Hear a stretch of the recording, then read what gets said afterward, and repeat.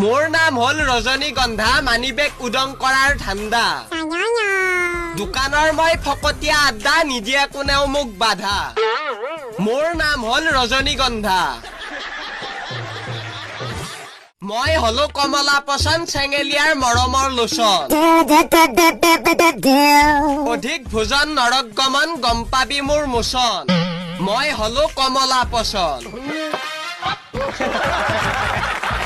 মোৰ নাম হল শিখৰ খাই সকলোৱে ভাবে সি তীখৰ